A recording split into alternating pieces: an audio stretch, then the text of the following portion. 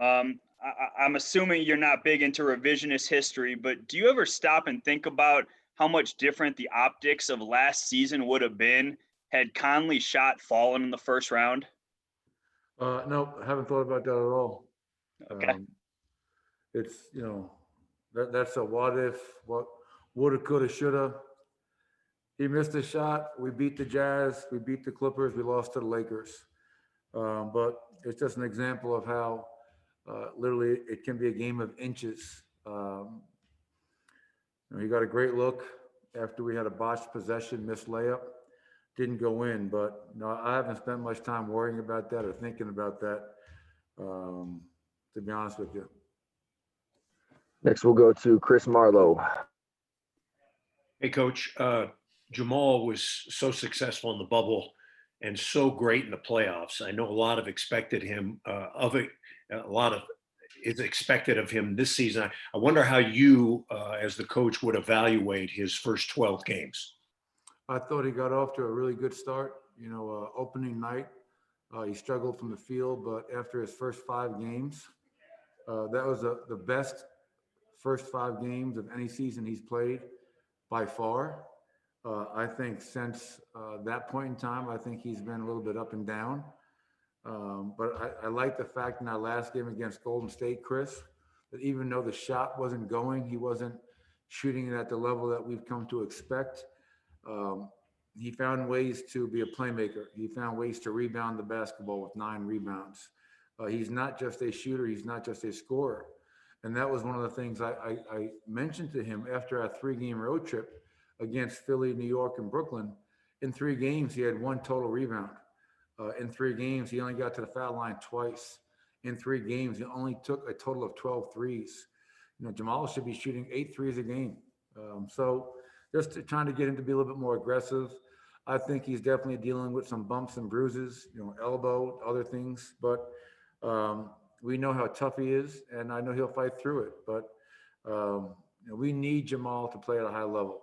That's the reality of it. When we have Jamal playing at a high level, Nikola's playing at an MVP level right now, then the other guys, who are still getting acclimated, they're playing better as of late. So if we can get healthy, get everybody back, and get the best version of Jamal and Nikola every night, I think we'll have a chance to be a really competitive team.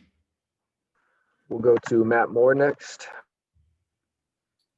Michael, your defensive numbers over the last 4 games have been better outside of the Brooklyn game. The bench unit is especially showing up.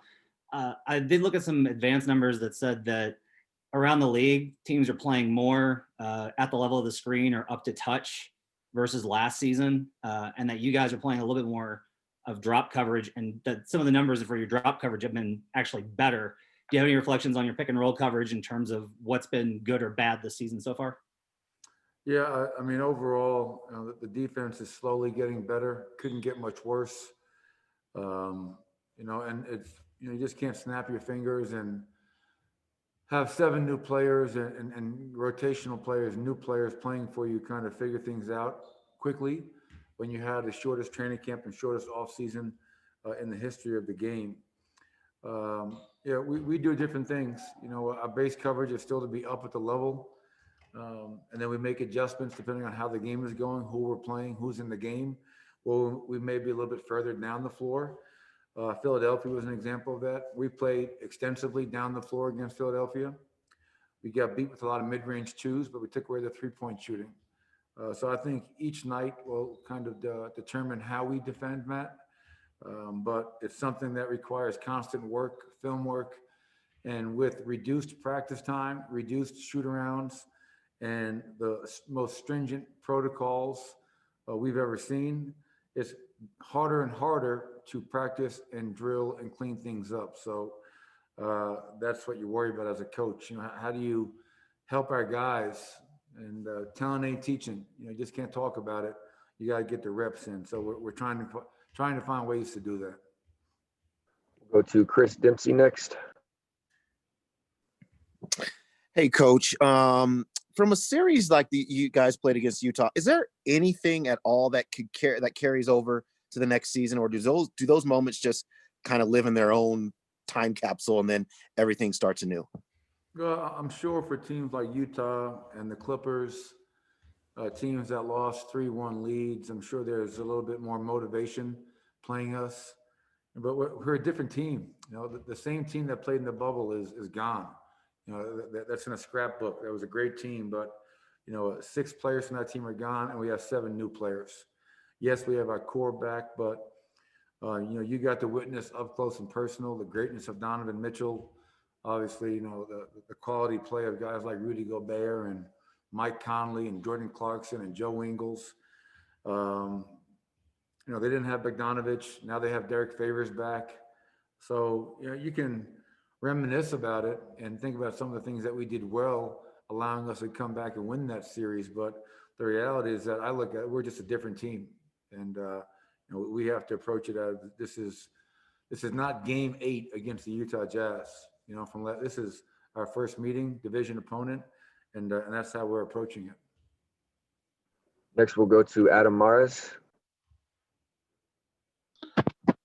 Hey, Coach. After the game on Thursday, Nikola Jokic gave pretty rave reviews about JaMychal Green, saying, "I hope I play with him for the rest of my life."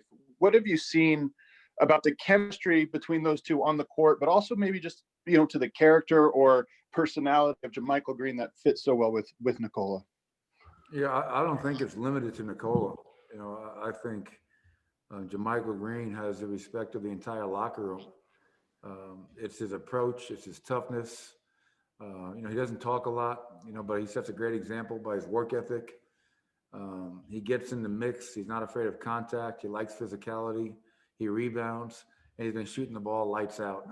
And I think anybody who's about winning will admire and respect and want to team with a guy like JaMychal Green. That's why we went after him 2 years in a row, and it's great to finally get him this past off season.